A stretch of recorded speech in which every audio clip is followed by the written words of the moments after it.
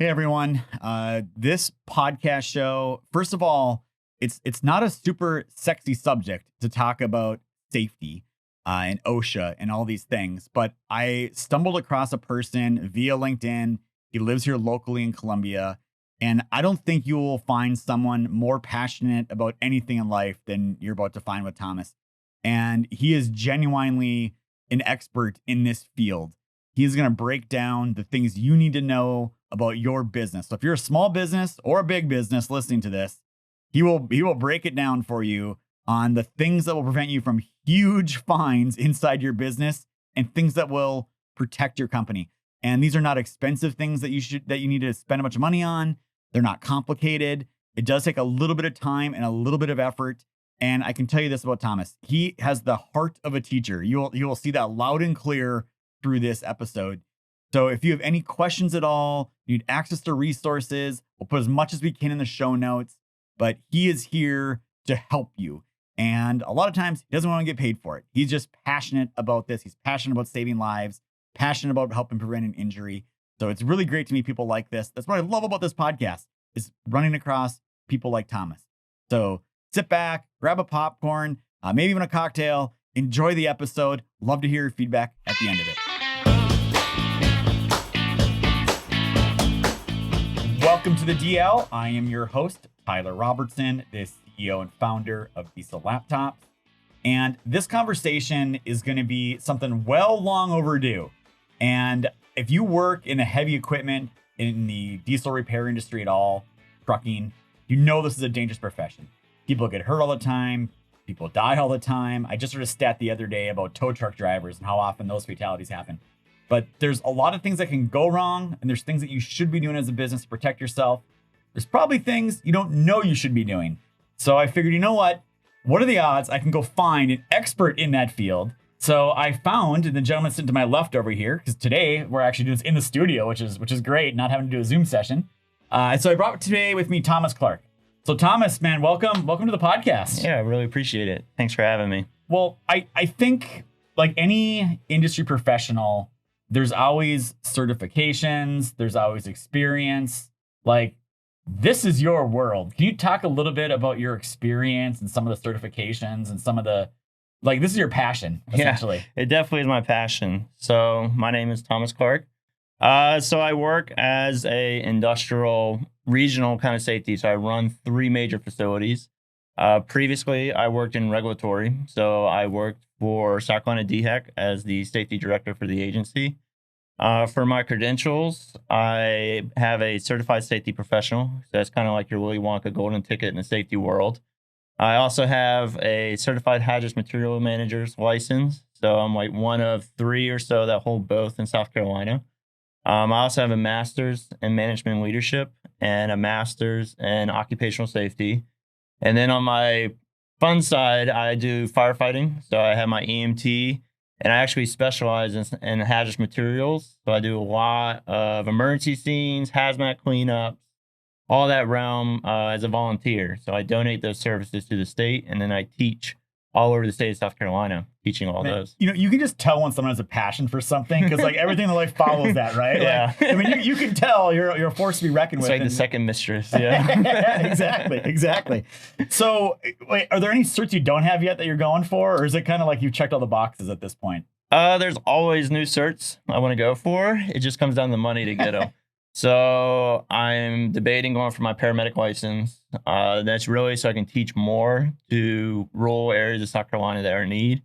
And then I'm looking at industrial hygiene manager, but the math is really hard. So I applied to a grant to see if I can get that. And then I'm working on an advanced safety cert through National Safety Council. Yeah. But it just comes down to money and actually getting classes, because COVID has canceled a lot of things. So people are starting to pick things back up. Yeah. So I know we kind of met a couple months ago, and it's because I was like, man, we're building this online platform. Mm-hmm. I know for me to put training out there for diesel techs and shop owners and mobile guys and equipment operators, safety is a big thing of this, right? And really, I mean, it's embarrassing to say, but I'm not a safety guy. Like I know the bare minimum, and I own a business. We got 200 some employees. I have trucks here. We're doing stuff. And I worked in shops forever. Like, I never got safety training as a shop manager.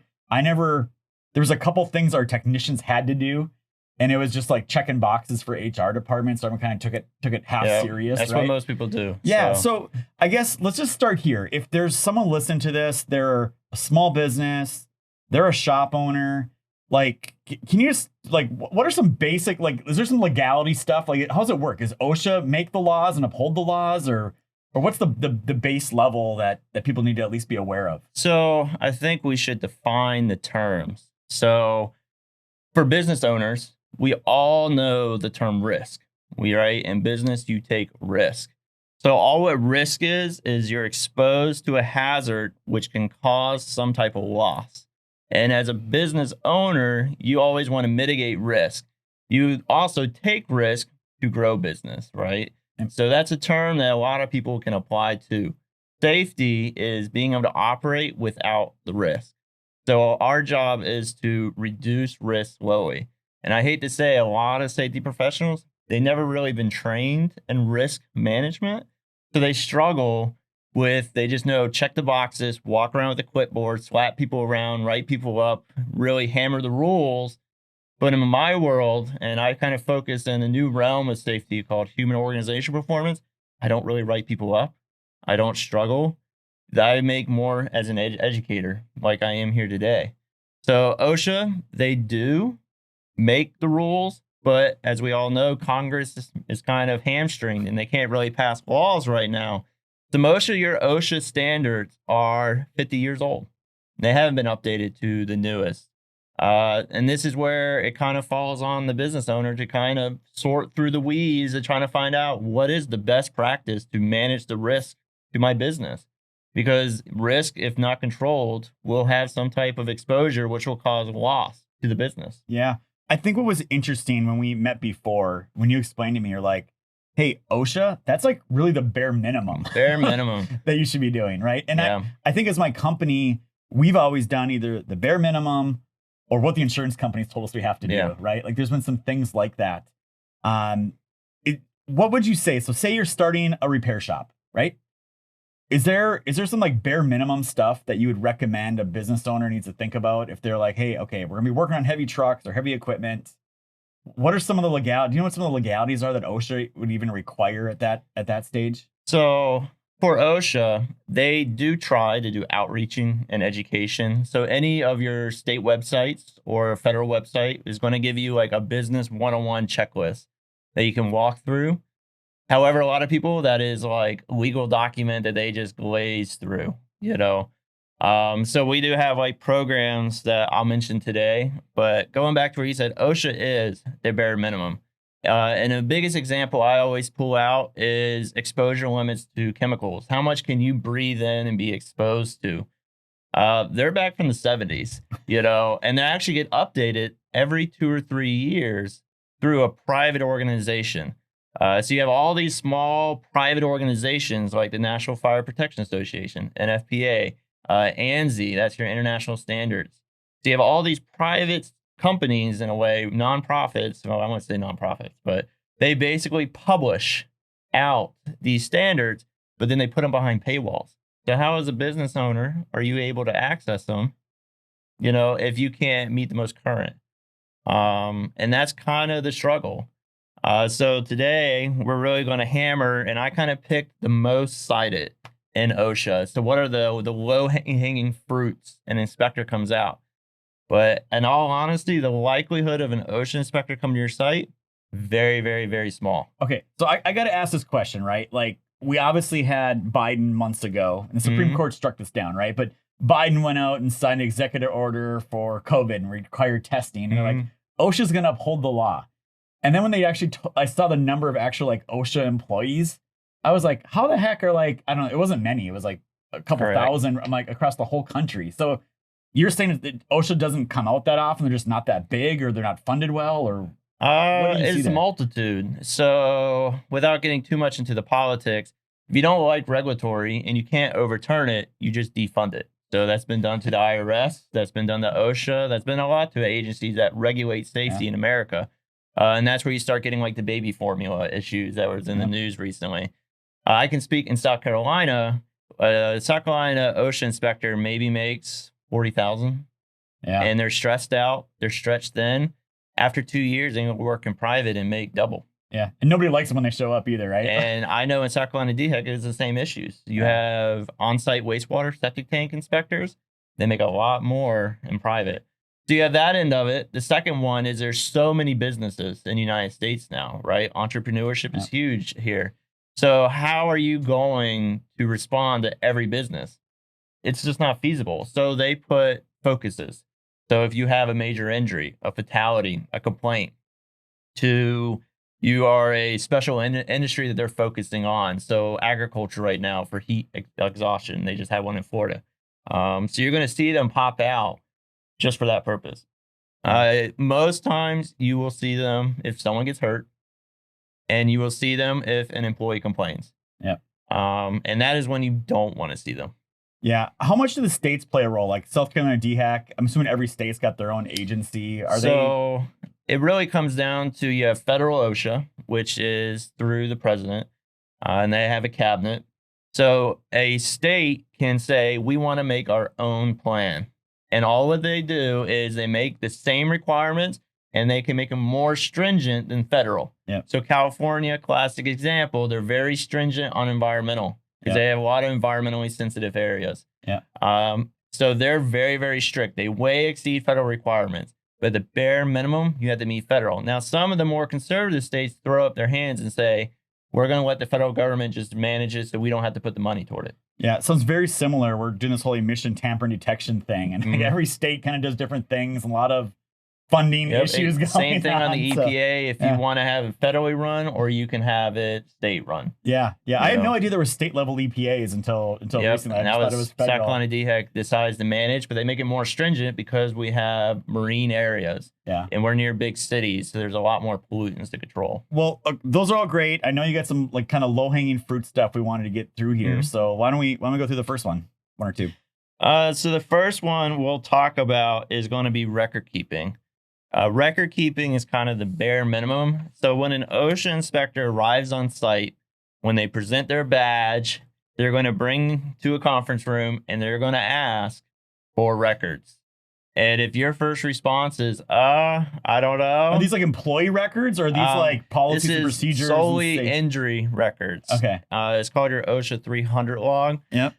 This is what we talked about the other day. So you can go online through the federal site and you can look up your business code of what you produce, what you do. But most of you in this industry are going to have to comply.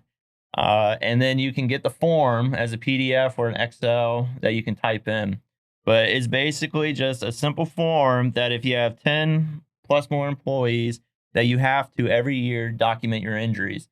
And they put thresholds out there. I gave you a cheat sheet on the USB drive that, for example, if it goes beyond first aid, so they get stitches, they get a splint with metal in it, any of that type of things, it becomes what we call a recordable incident.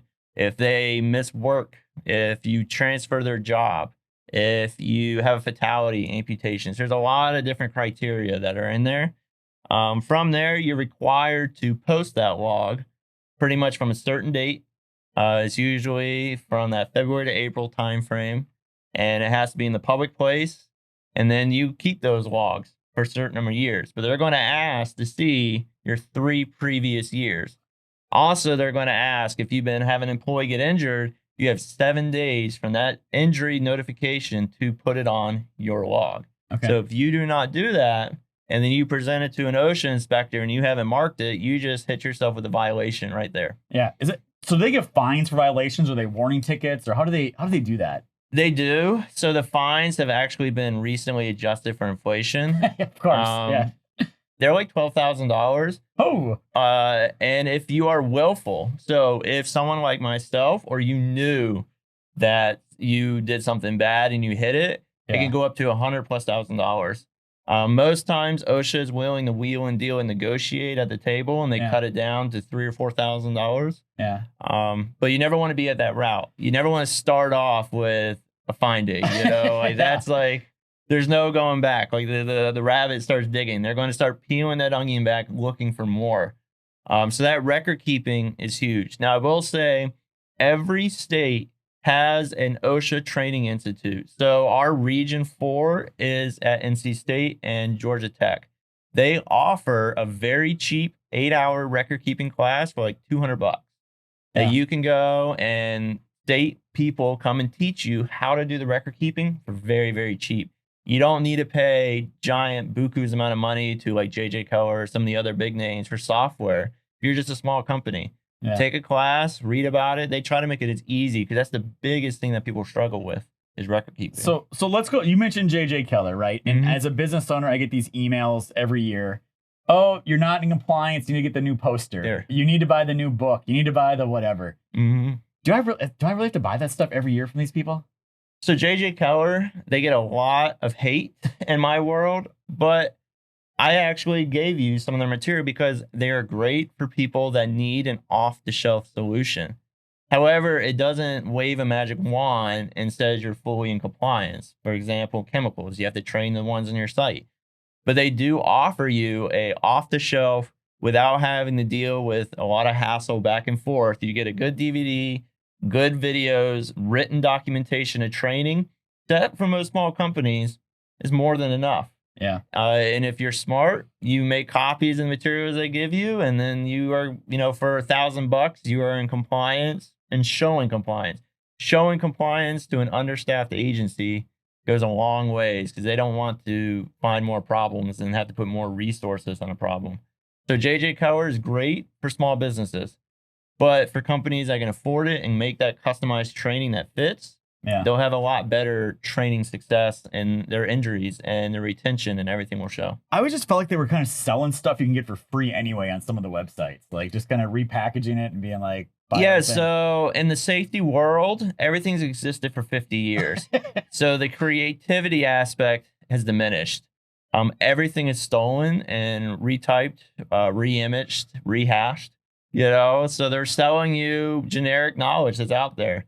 That's one of the things that I work on providing to small businesses for very low cost, or coming to things like this, educating, because sometimes even that $1,000 is a lot of money to spend when you can go on OSHA's website and get training PowerPoints with the same materials. Well, you just have to lecture it. Like, we get that new poster every year, right? That has like a minimum wage and everything. I'm like, guys, I don't think this has changed in like 15 years here, but we keep buying a new one every single year. Really, the only thing in South Carolina that's really important is to make sure you have your posters, but also your workers' comp poster. But LLR puts it for free on their website that you can print out.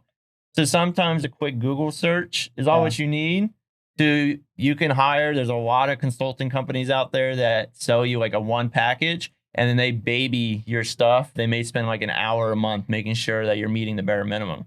But what you put in the safety, you get out. So they say for every dollar you spend, you get $3 in return. Makes sense. All right, so we got record keeping. What's the next one on the list? The next big one is going to be our what we call hazardous communications. And this is huge because it becomes a great burden to employees and employers. So whenever you hire an employee, you have the responsibility to train them on the chemicals in their area, explain what PPE you're using, how you use that PPE, and what to do in case of emergency. You as an employer have a responsibility to conduct a chemical inventory of your work site and identify anything that follows underneath OSHA's physical and health hazards. From there, with that chemical inventory, you have to provide safety data sheets for that. That is another marketing / spend a bunch of money type MSDS thing. Websites. And so Vector Solutions or something like that is the big one. MSDS Online is what they were called. It's like $10,000, can be. You know, it's very expensive. And then they charge you per user sometimes, or site. So when I worked at the agency, South Carolina DHEC, I had like 90 plus sites I was managing, and they wanted me to pay $3,000 for each site. The state's poor. We can't afford that. We can let alone barely afford one. So everything has to be accessible. So safety data sheets have to be accessible to employees wherever they're at in the field working. If they have a question, it has to be accessible. That turns into a huge selling thing that a lot of companies sell. From there, if you change anything, you have to retrain. You also have to have a written program. So you have to have a document that you can hand over and say, this is what we're doing. Yeah. So that again adds like special knowledge that people consider. You also have to make sure that you're documenting everything. So there's J.J. Keller again sells the beautiful GHS posters with all the labels and stuff. For small companies, sometimes I tell them to buy that, stick it on the wall. So if an OSHA inspector comes in, you can say, this is what we do training. Whenever we hire, this is what we walk through and give them examples. So it's very affordable. From there, though, hazardous communication really starts coming in a problem because it's so easy to miss something. Like how many chemicals do you have in a work truck? Yeah. I don't know. If you stop at an AutoZone and, because you need something right away. Get some starting fluid. Yeah. Bam, you got a new chemical that's hazardous and highly flammable and it's reactive. Yeah. So it comes into an easy way for OSHA to start like throwing punches. Yeah. I'll encourage out of this one, there are free programs. So I always turn people to the North Carolina Department of Labor site. They have free OSHA programs. It's a Word document and it has a fill in the blank. So you can literally, for free, fill in the blanks and it makes a hazardous communication. And you're compliant then. You're compliant there. Yeah. The next one is, as a business owner, we talked about managing risk.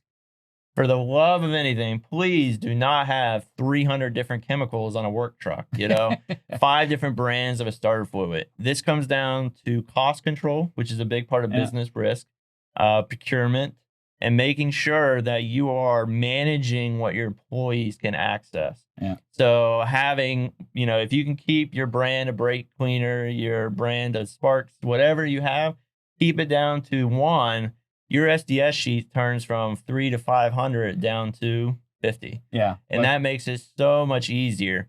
For me, when I deal with small business that can't afford a lot, every business normally has a website, right?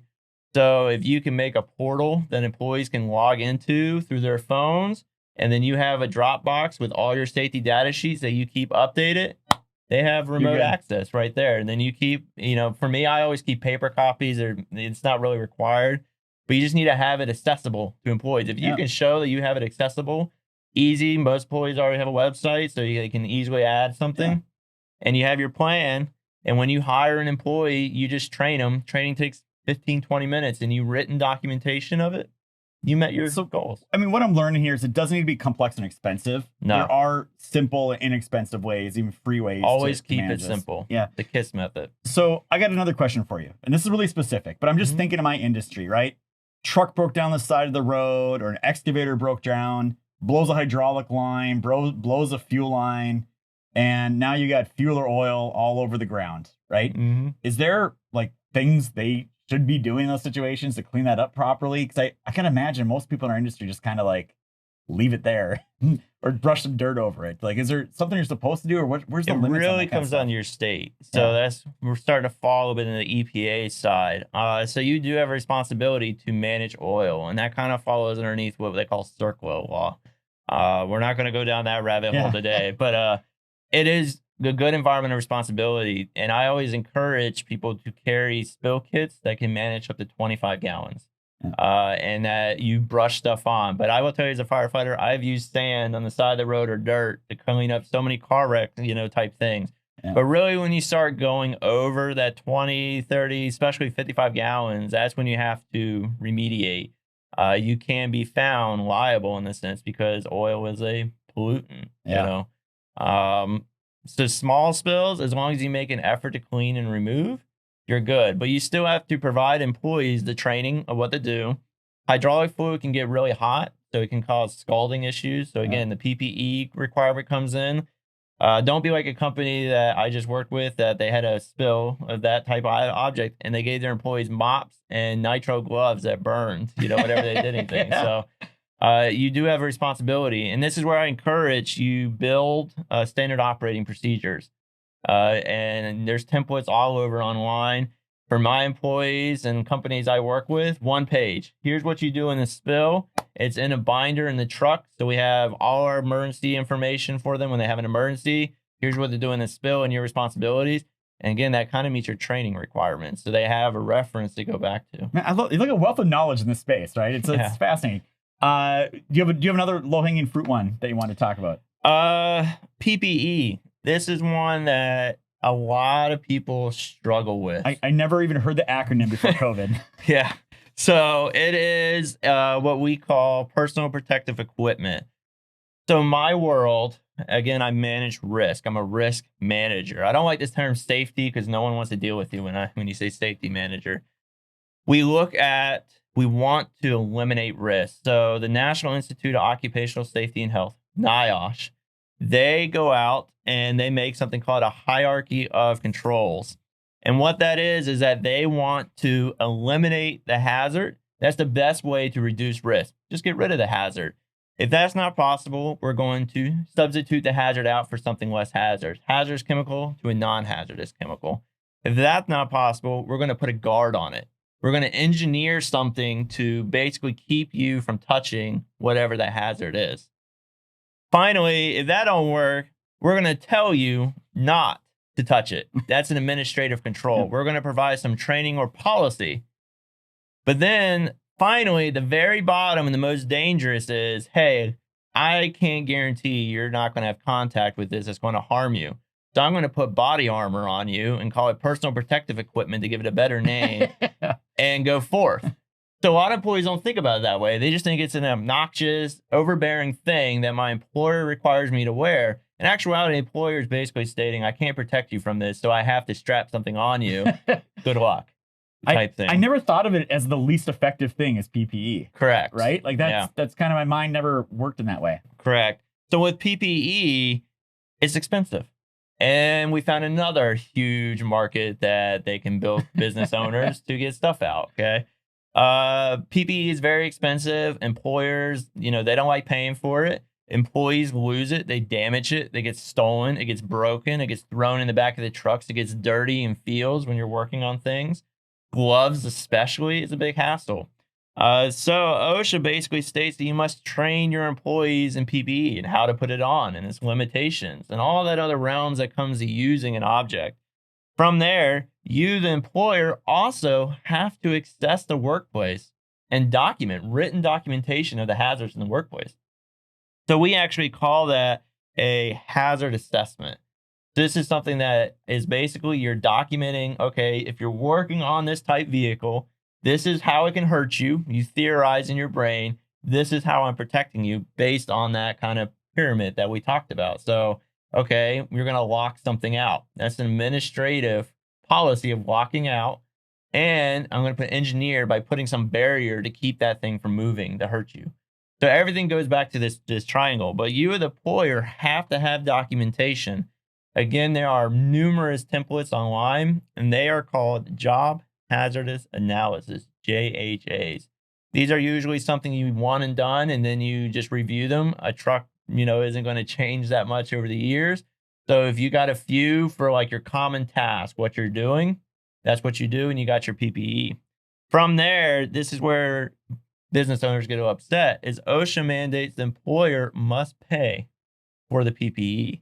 And that can come down to shoes when there's a lot of little rules around shoes. Steel-toe boots. I get it, right? Yeah. And this is crazy, but my employees, they just tell me when they need new shoes because I'm not going to babysit shoes. An employee with happy feet are a productive employee. When you have sore toes, kind of like the military, you're not going to be very, productive and mind on task.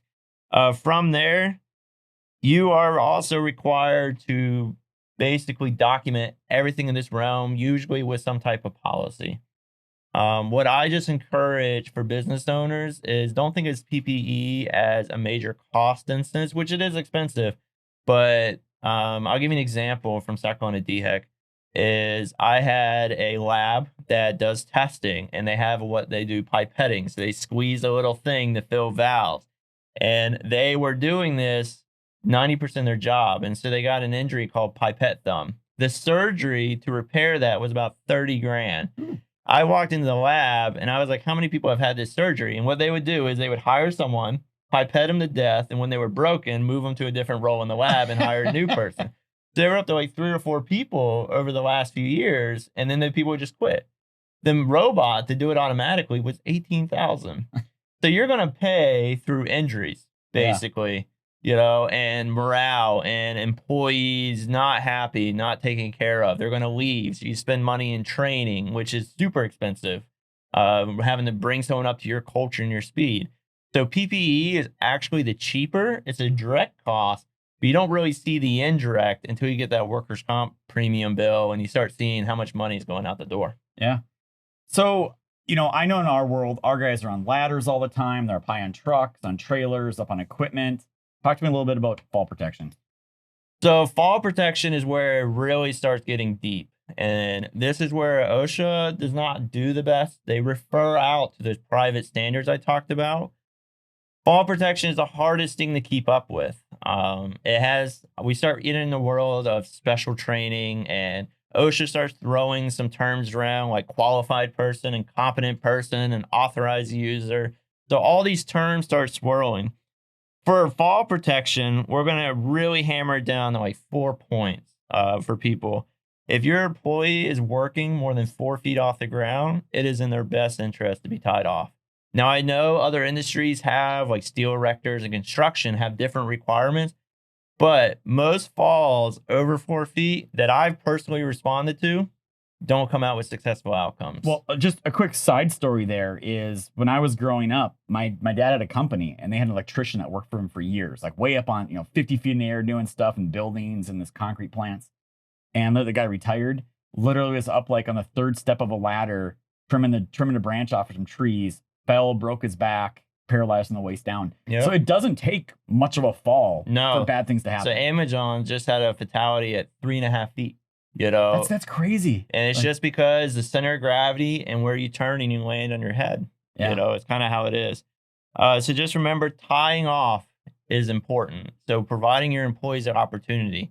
Number 2 is you have to have someone in your company that is actually trained, like deeply trained in fall protection. And we usually call that a competent person.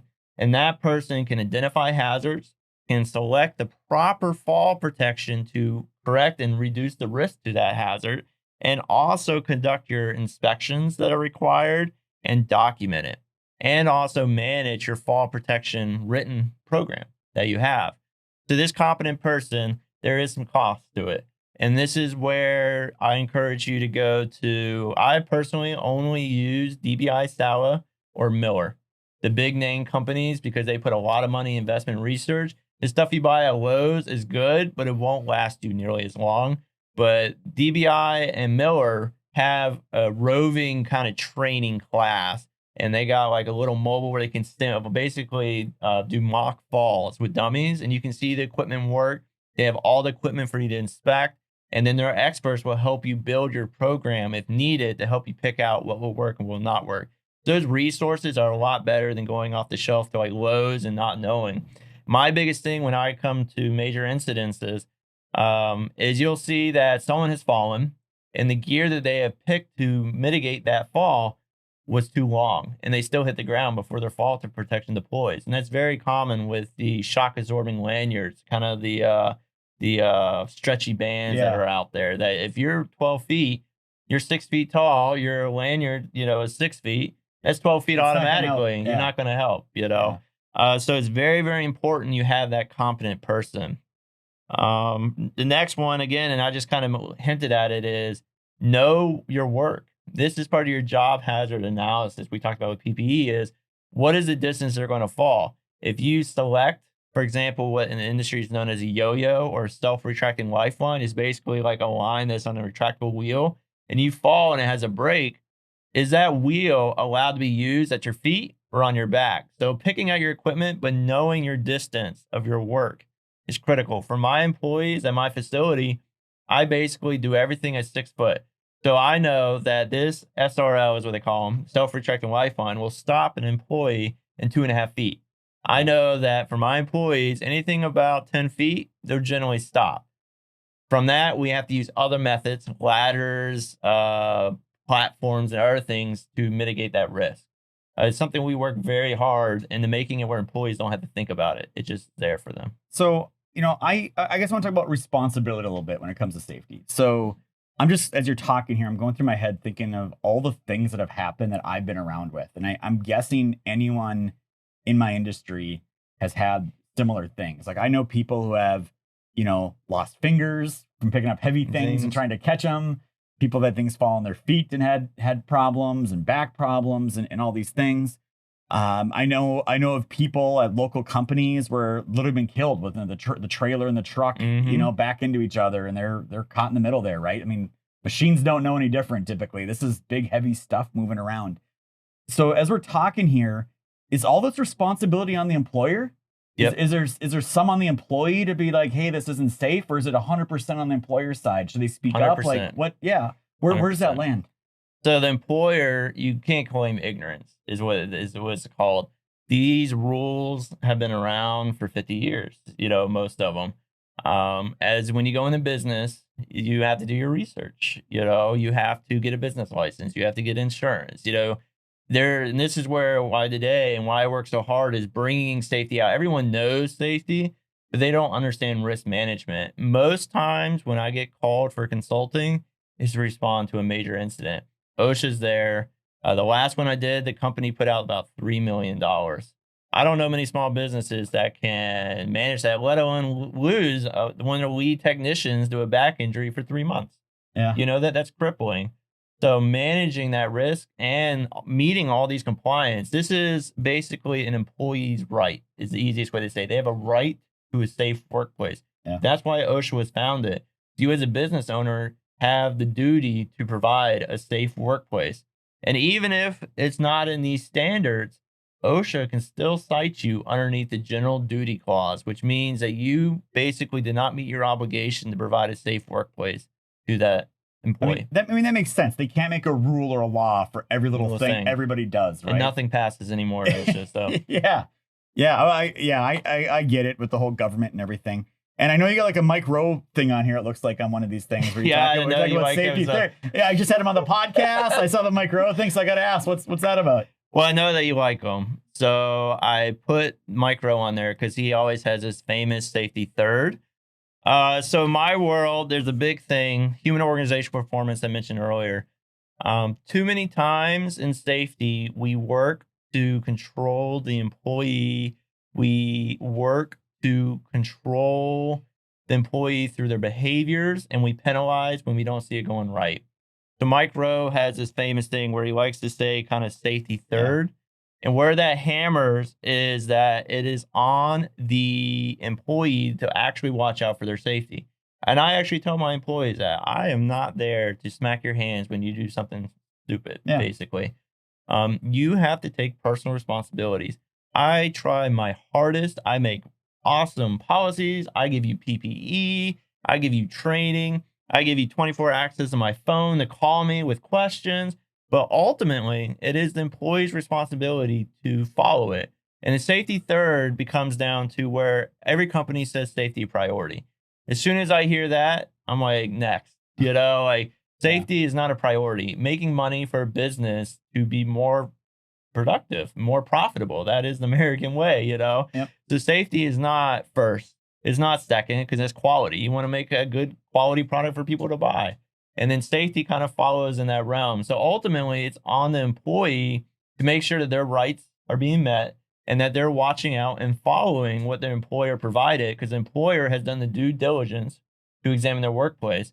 Safety should be a value. It should be built in the culture. And that's where I specialize in that leadership training, is making it a value for companies. So if there's somebody working somewhere and they feel like this is just unsafe, like what should they first do, and how do they escalate that if they feel nothing's happening?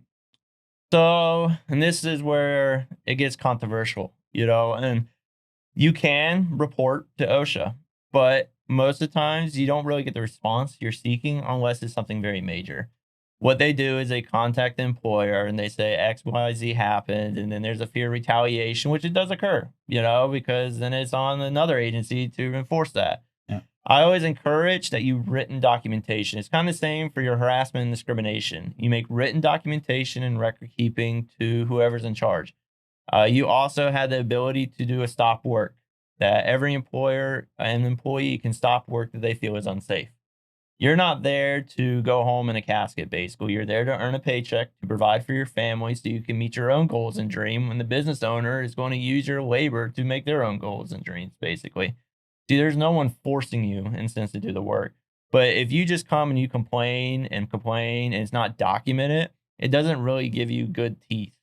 If you're showing that the employer is having neglect, so there's a huge thing right now with bathroom access, that on some poultry processing lines and some warehouse business that people are wearing diapers because they're not giving adequate I heard time. about this Amazon, like we don't get enough bathroom breaks. I wasn't going to like shame them out. I mean, I've seen it in the news. It's in mainstream media, right? Like some of the delivery companies peeing in a because you can't get a bathroom. Yeah. Documentation becomes critical because ultimately sometimes companies need to be held accountable. And I know that this country sometimes struggle with regulatory, but that's their purpose, is we like our rights.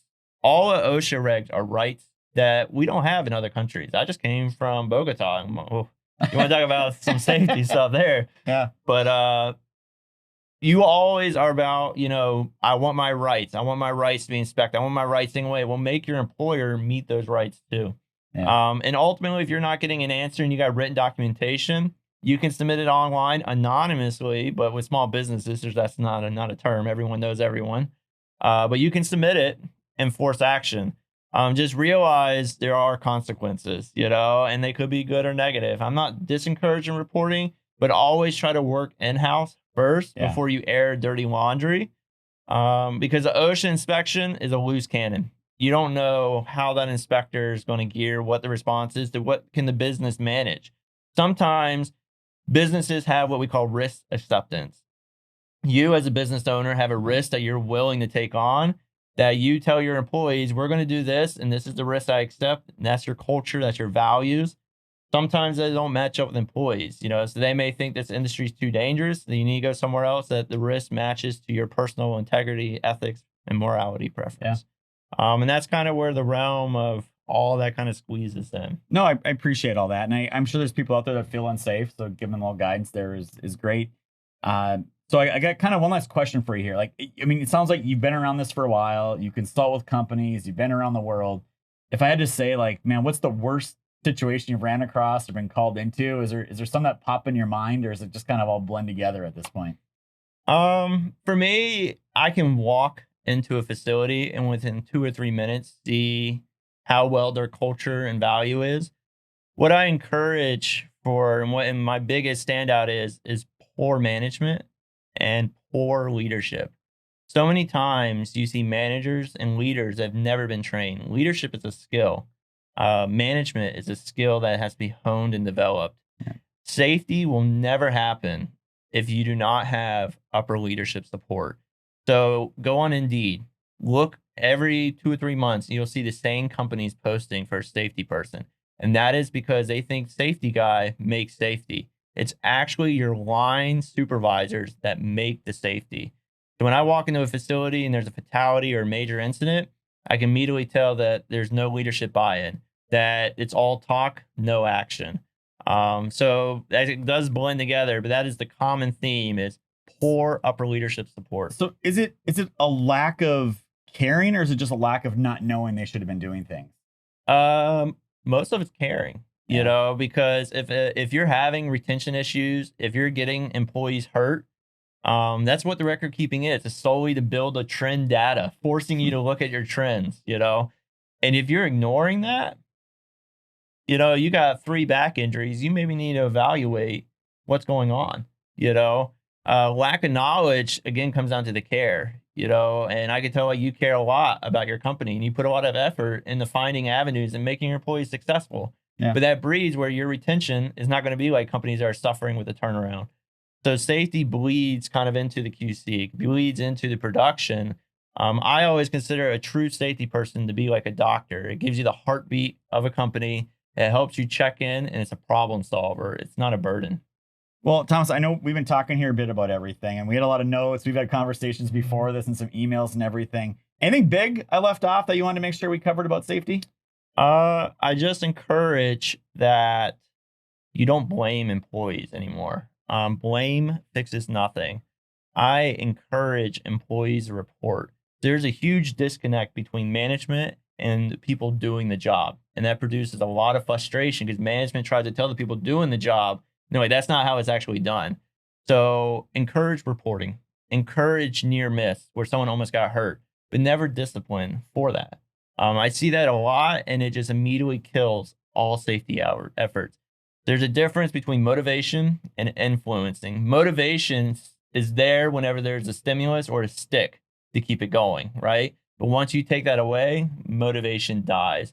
Whenever you have inspiration, you're driving organically. It's going to bloom naturally. So when you say, I want you to be safe, and you do it in your actions, people are going to follow that and replicate it. And then it gets easier and easier. So I had this literally just yesterday, me and another employee manager here, we were talking about, we're having a situation, some departments and some turnover. I'm like, eventually you gotta look yourself in the mirror and realize what it is, right? And they said, Tyler, when you point the finger at somebody, right, just realize there's 3 fingers pointing back at you. Yeah. And that's usually what it is. So very, very well said and everything. And I know, again, I hope if the audience got anything out of this, like, what you're talking about here. You do consulting work on the side. You're well versed in this. If people want to reach out to you, they want to, they have some questions, they want to learn more, whatever it may be, where can they find you? So my consultant business is Pathfinder Safety Consultant. Also encourage on LinkedIn. A lot of times people just have a question, and I don't mind answering questions. Like for me, it's like my duty to give out knowledge as much as possible. Most times I turn you to free resources, or I turn you to your state OSHA office, because they have free consultants at your state OSHA office that are not in enforcement. So you can reach out to me if you want programs and plans. Again, I'm always willing and able to help. So yeah, I can speak to that because we did talk on LinkedIn. You sent me a bunch of stuff. You showed up here at my doorstep with binders and flash drive. I was like, man, this is great. And you came on the podcast with me. So yeah. I really appreciate it. And we're going to wrap up this episode. Again, thank you for coming on. We end every episode with diagnostics, done right, but really you got to take care of your customers. And your employees, you got to make sure they're safe.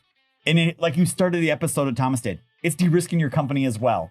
And it's making a better workplace and retention and all these things that play into it. It's a piece of the puzzle. Reach out to Thomas if you have questions. He has definitely the heart of a teacher. He wants to help people. He's passionate about this. So thank you for watching. Thank you for listening. Like, comment, subscribe, share, all that goodness. We'll catch you on the next episode.